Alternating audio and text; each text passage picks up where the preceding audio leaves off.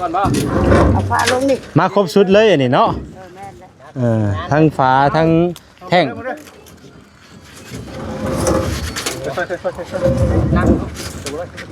เปลี่ยนนักเลยบ่ได้เฮ็ดนักได้แล้ววะเฮ็ดตั้งนักอีดีได้แล้ววะคือเห็นมันนักแค่ว่านี่นะตายจันเด็ดมือออกแล้วเอามือนี่หนาวนี่หนาวโอ้ยนักเลยเด็ดมาแล้วเอาลูกทานแล้วนี่วะข้าวคำลานเนาะลงบ่ถึกวิธีเจ็บได้เนาะลงบ่ถึกวิธีเจ็บพี่น้องเอ้ยเนาะลงทองน้ำนี่ก็ได้อันนี้ก็ได้นี่เดี๋ยวนี้เนาะ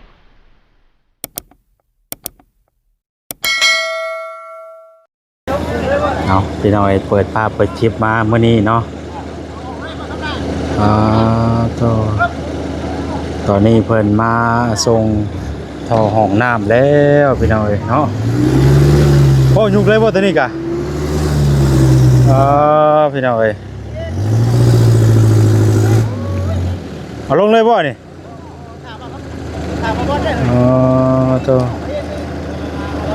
พอดีว่าบอสเราแล่นเมื่อเวียกพี่น้องเอ้ยเนาะเมื่อเวียกทางบ้านเข้านึงพี่น้องเอ้ยมาบอสเพิ่นเมื่อบ้านเนี่ยเพิ่นกลับบ้านเนาะ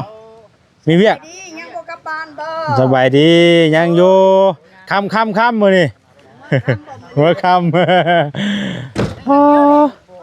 มาครบไปเลยบ่เอ้ยยังดิบอกเพื่อมานอนนี่มันเป็นธรรมดาเนาะเสาอีกบ่มื้อใดมื้ออื่นบ่มื้อแรงนี่แหละมื้อแรงสิเอาให้เพิ่นเลยนี่เนาะเพราะมันแลดเนาะมันฝนตกเพิ่นย้านฝนตกเด้ผมได้โอกาสก็เลยมาส่งให้ครบเลยเนาะเมื่อเช้านี้เพิ่นมาส่งทรายพี่น้องเอ้ยบอกแกว่ามีเสาเร็วบางคนเขาบ่ใช้ก็ได้บ่ใช่ก่อนเลยทำละกอกเลยนี่บ่เขามีอยู่โอ้ยผู้นี้แล้วบ่บ่ผมยาวแล้วว่าผู้นี้บอกมาบ่แล้วได้แม่นี่บอกบ่ได้แม่บ่เอ้ยมาเด้อท่อนี่ห้องน้ำนี่ขอลงก่อนเลยสิขอลงก่อนได้นี่ขอลงก่อนขอบ่ถ่ายเจ้าได้สิเพราะว่าเราเมื่อเวียกพี่น้องทางบ่บอสเพิ่นก็ได้ก็เลยอันนั้นเลยอยู่คาเวียดแม่นกระทันหันเพิ่นก็เลยเมื่อก่อนเฮาทางเฮาก็ยังบ่ทันได้เมื่อพี่น้องก็เบิ่งน้ำเพิ่นนี่แหละเนาะกรรมกรใช้เฮาได้จ้ะบ่มีจักคนเขาเฮ็ดนาโอ้เสียชีวิตเด้เห็นอะไรอันนี้น่ะสิเอาลงเลยคุแล้วลงดูได้บ่สิได้โจมลงไว้นี่แหละก่อนนี่โจมลงไว้ก่อนเนาะเอาลงไว้ก่อนว่าสิปัญญาสิเอาลงขุมดอกยอมตัวนี้เนาะเอาลงนี่เอาลงพิษโลด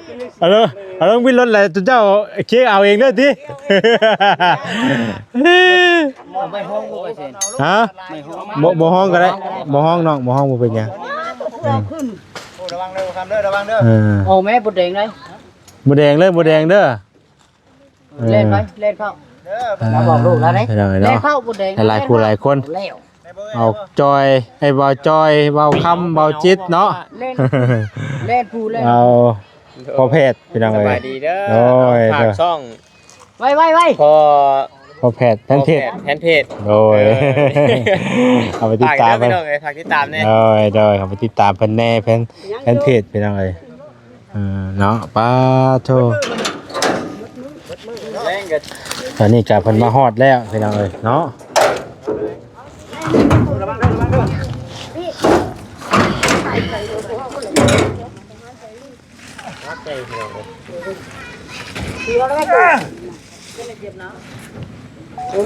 มี6 ทอนเนาะพอเหือก็แห้งตั้งไว้ก็ได้มีเจ้าของเฮือนจังสิบ่แล้วบ่ลงก็ได้เด้นี่เจ้าของเฮือนกับข้าพอลูกอ่อนเนาะพอลูกน้อยไม่พอลูกอ่อนพอลูกน้อยเนาะ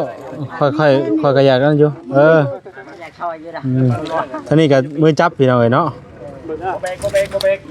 คำบ่ทายกับพี่น้องเพิ่นบ่เห็นได้นี่เนาะลงไว้มองกันก็ได้เนาะมือเด้อไว้ใกล้เลย ได้บ่ได้บ่มึงตีนใจเยี่ยม2 3 ระวังมันครบตีนได้เนาะ แม่น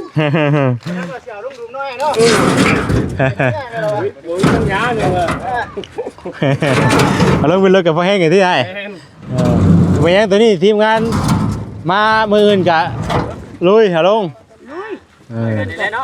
โดย นี่ให้คักนี่ด้านนั้นฝนตกเด้อ ฝนตกคือ ตกได้ลง เมื่อวานนี่ก็ตกเลย แม่น เมื่อวานนี่ก็ตกฝนนะ แม่น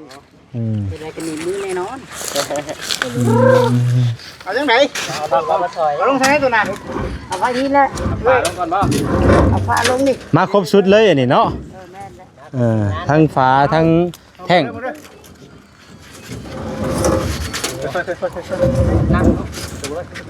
เป็นนักเลย บริเฮ็ดนักได้หรอวะเฮ็ดตั้งนักอีดีได้หรอวะ คือเห็นมันนักแค่ว่านี่นะจันเด็ดมือออกแล้วเอามือออกนี่หนาวโอ้ยนักเลยเด็ดมาแล้วเอาลูกวางตรงนี้วะข้าวคำลานคำลานโอ้ยลิ้นเด้อเนี่ยยังไงเห็นมันเบาๆบ่ได้บ่วะ จะบ่ได้บ่เบาก็นึงบ่เห็นเนาะต้องนักนี่เลย ถูกหน่อยเป็นมานำพี่น้องอยู่ในรถเนาะ อะไรเนาะบ่เห็นเลยครับกำลัง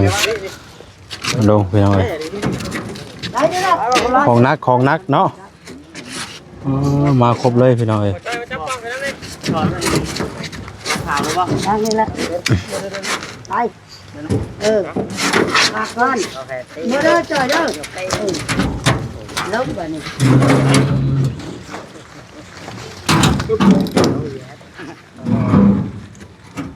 มันก่อน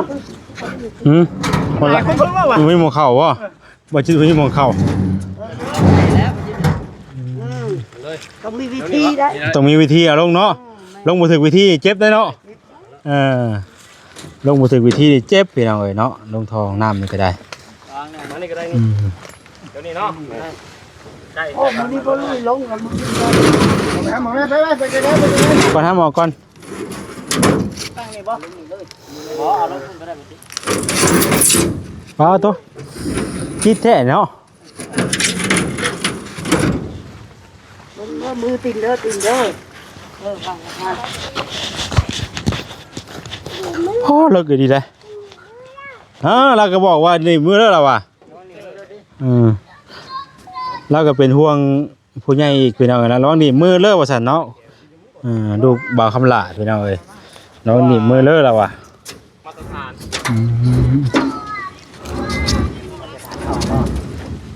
แข็งแน่นนะแข็งบ่บักทอนบักใหญ่เนาะเอาหามไปเลยก่อนคนน้อยนี่คือบ่ลงมาวะคนน้อยนี่เดี๋ยวพ่อยังไปเสียงนักดิบ่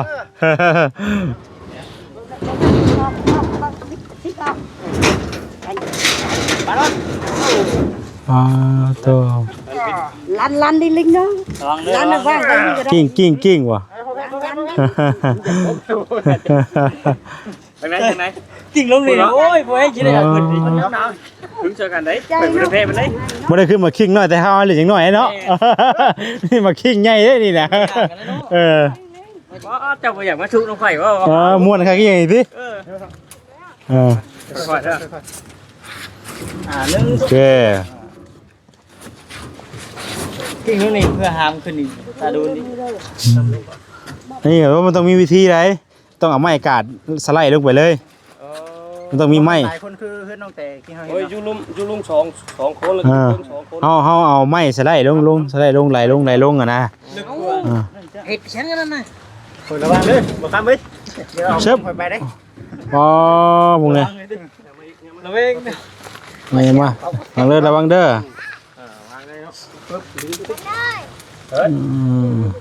ยังทนสุดท้ายไปเนาะยังอีกทอนนึงมีเสานี่เป็นเสาลิ้นอีกกันบ่นี่ตัวนี้ต้องว่าเด้อตัวนี้บ่จักนำเด้อเสาดินดิโอ้โดยได้บ่มานี่พี่น้องเอ้ย บาวัดเพิ่นเมื่อไรก็น้ำมาก่อนเนาะโอ้โหเจ็ดแท้คนชิงลูกว่าเลยเนาะนี่เลยมาเด้อให้เราเขาก็สิป้าไว้เขาก็จะลงไว้ดอกเนาะเพราะเก่งเติบหาเก่งขอบมุกขอบใจหลายๆเด้อขอบใจบ่ใจเด้อเป็นยังเฮ้ยมาชงพี่ดีใจที่บ่ผู้ใหญ่ให้นะ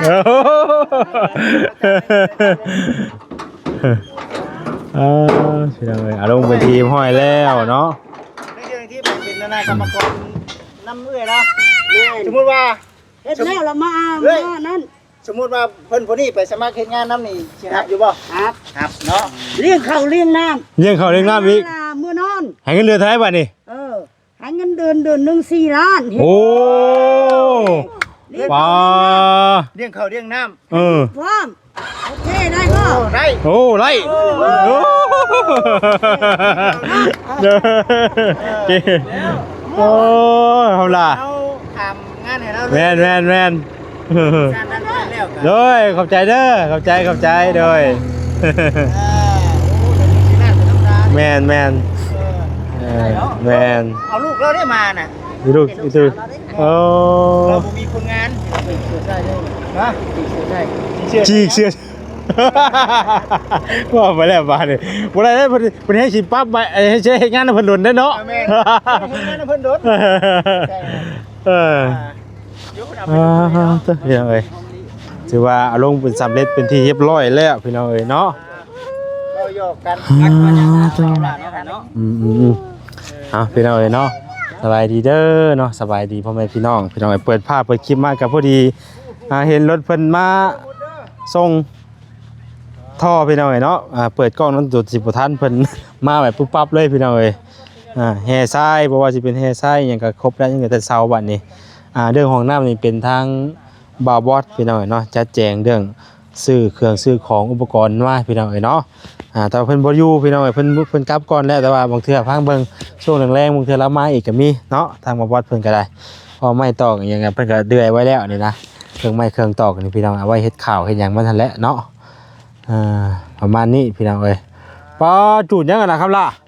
บ่ค้ำได้น่ะบ่ค้ำเป็นคนดังคนหลังบ่น่ะได้ใหม่ไปเลยนะจะจุดบริติดใช่ไหมเว้นบ่จุดทองเขาหลายแบบย้อมแห้งเลยบริติดบริจุดย้อมก็บริจุดใหม่เบิ้ลทั้งใหม่แล้วโอ้ยนั่นพูดอ่างว่าจุดนี่ผมจะต้องอยู่แยกกว่านี้ก็ได้จุดก็ตะกี้ก็ไปใช่กี่เหนียวคนฆ่าไปเลยแล้วเดี๋ยวนะจุดเลย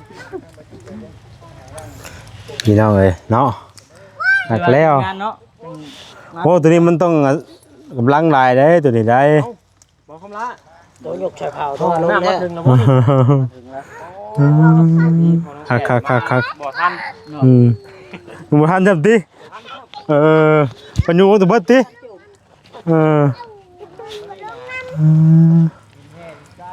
ชายมาครบเรียบร้อยแค่ว่าหลายคนมาขนาดนี้ขอคำละเนาะจะลงมาวัดน้ำก็ได้พี่น้องเลยยังไงเป็นจุดไปแล้วห้องน้ำห้องในห้ามระวังตกเด้อ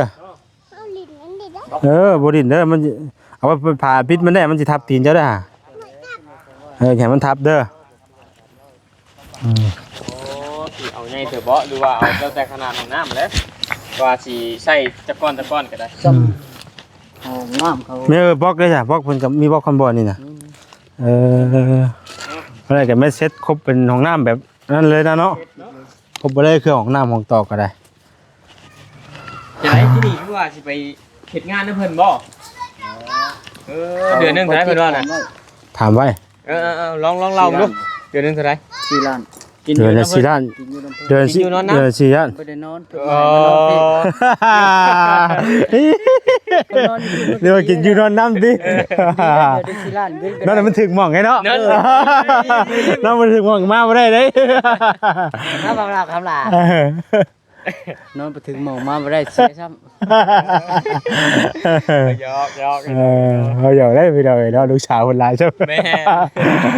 แต่ว่าก็ดีได้เนาะเงินเดือน4 ล้านกินอยู่น้ำเพิ่นโอ้ แต่ว่าก็บ่ไกลอีกเนาะ ผมบ่ไกลก็เฮ็ดได้ไปเฮ็ดได้ถ้าว่าเฮา โรงงานอันนั้นมัน เนี่ยเฮาไกลเมื่ออยู่เด้ มันเดือนนี่ อ่า นี่ ถ้าว่า จะลั เฮา ดไปนี่ทางเส้นทาง แล้วเวียกแล้วงานน้ำเพิ่นน้ำซานเฮาก็ไปเนาะหาเงินเดือนเต้าอ่ะนะก็โอเคอยู่พี่น้องเอ้ย บัดเฮาแล้วเรียกเมื่อคุณละจังไปถามเพิ่นรับ ก็คือว่าได้เวียกก็ไปสิแหละนี่ไปคือเพิ่นไปสิแหละเป็นเวียก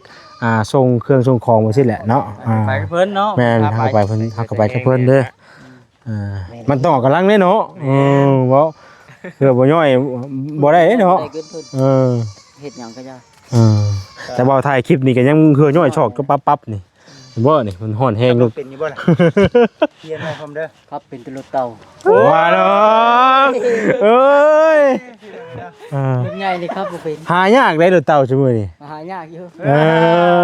ราคามันก็แพงอีกชูเพราะว่ามันเ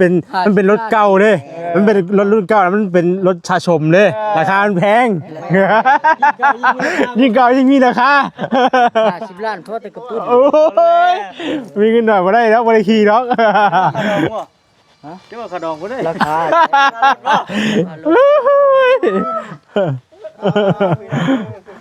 10ล้านได้แต่กระปุ้นเบ้อบ่ต่ำก็100ปลายล้าน พี่น้องเอ้ย สิได้ครับ โอ้โทรมาแล้วบาดนี้เนาะมีแต่ว่าถ้าลงมากันหลายคนแล้วก็เอาลงพี่น้องเอ้ยเอาลงกับน้ำมันระวังเพราะว่ามันหนักได้พี่น้องเอ้ยเนาะทอนี่นะเฮาล่าเสื้อจนเปื้อนบาดนี้ พุ้ย จนพุยกัดเลยเสือบ่แสนซื้อมาให้พี่น้องเอ้ยเนาะคือกันกับคำหลาแล้วเนาะเสือนี่ก็ได้ หักแน่ดีแล้ว ยังสาวยังบล็อกจักเท่าไหร่210บ่ เจ้าว่าเพิ่นสิเอามาพร้อมกับเสาบ่จังเนาะ จะเหลือ200เกือบ300เลย250 250ก็ได้อยู่ก็เพิ่นเอามาเพิ่นไว้ก็ดีคือกันเพิ่นไว้นั่นแหละ 300 วันนี้เฮือนน่ะสิยับลงมาพี่อีกว่าบัดนี้น่ะ ยับลงมาพี่ทองเป็นไงตัว แล้วขุดพ่นสารมาพี่บ่ได้บ่ขุดเอาดินน่ะ เลย ขุดสิไหวอยู่บ่ข่อยว่าเพราะว่าเอารถอันยังมาเบิกดันเนาะดันดินมาเพราะมันต่ำเด้นี่มันต่ำเฮาต้องได้ยูดินนี่มาใส่คือเก่า นู่นดินี่ได้ตัวมันสูงเลยให้มันสูงพี่ แม่นเฮาต้องยูมาใส่พี่เนาะมันจังสิเข้ากัน เอารถคนเอา โอ้ทุกคนบ่แล้วเนาะ เอาคนดินใส่เอาจะใส่ก็ย่างให้มันเพียงให้มันสูงคอยว่าเปอร์เซ็นต์นี่ เพื่อมันเป็นอ่างแห้งได้บ่นี่ มันเป็นอ่างเด้ใส่ไปกบได้ได้ฝนตกยามมันน่ะ อันนี้แล้ว มันสิว่าช่างใช้กบข่อยว่ามันจะเป็นหนองหมดแล้ว เลย เพราะว่าพวกนี้เนี่ยมันคือว่ามันไกลโพ้นเพิ่นก็อยากปรับหมอกใหม่เนาะมาเปลี่ยนหมอกใหม่โดยดีใจบ่คำละในของน้ำเลย เลย เลยของน้ำเล่ไว้ก็ดีคือการพี่น้องเนาะหลายคู่หลายคนมาก็พอได้นะมีแต่ผู้ใดน้ำในก็บ่ให้ขาดได้ไว้บ่เนาะ เลย มีของน้ำของในก็ได้รักษาความสะอาดได้บ่ตู้พี่น้องเอ้ยแรกครั้งแรกพี่น้องเอ้ยผมขอบใจทางเบาโอเบาหยังก็เบาโอลิบ่เฮ้ย บ่บด เบาบอสเนาะผู้ใหญ่ทางเบาบอสพี่น้องเอ้ยเรื่องของน้ำของในเนาะไปสายพี่น้องเอ้ยจังได๋เพิ่นก็เมื่อแล้วเนาะบัดนี้มื้อผลมาได้แล้วคำล่ะ เพิ่นยังสิมาใหม่ ยังสิมาอีกอยู่บ่นี่น่ะ มา ปาถามว่าเสาก็บล็อกบ่นี่ เสากระบอก โอ้เสาก็บล็อกพี่น้องเอ้ยเนาะ นั่นแหละพวกเฮ็ด โดย เอ้าเมื่อไรบัดนี้ ครับเพิ่นเด้อ เอ้ายังบ่ค้ำก็ได้ บ่ว่าแท้ ฮะ มูไหน4:30นได้เนาะสบายดีเด้อพี่น้องกลับก่อนบัดนี้ บ่ถ่ายสาวมาบ่ สิได้มื้ออื่นพุ่นแล้วสิได้อัปเดต คือใหม่ก่อนเนาะ แม่น เอา กลับก่อน นี่ก็จังน้อยเพิ่นแล้วนี่ก็ได้ ยังบ่กลับเนาะ โอ้ยเนาะคือเสียบท่อถึงอย่างแท้ท่อมาได้ว่าแล้วเนาะคุดกันแล้วเลยเนาะเอาลงก่อนบ่ได้บ่คำล่ะ สั่ง โอ้ย ลงก่อนแล้ว หลายเก็บ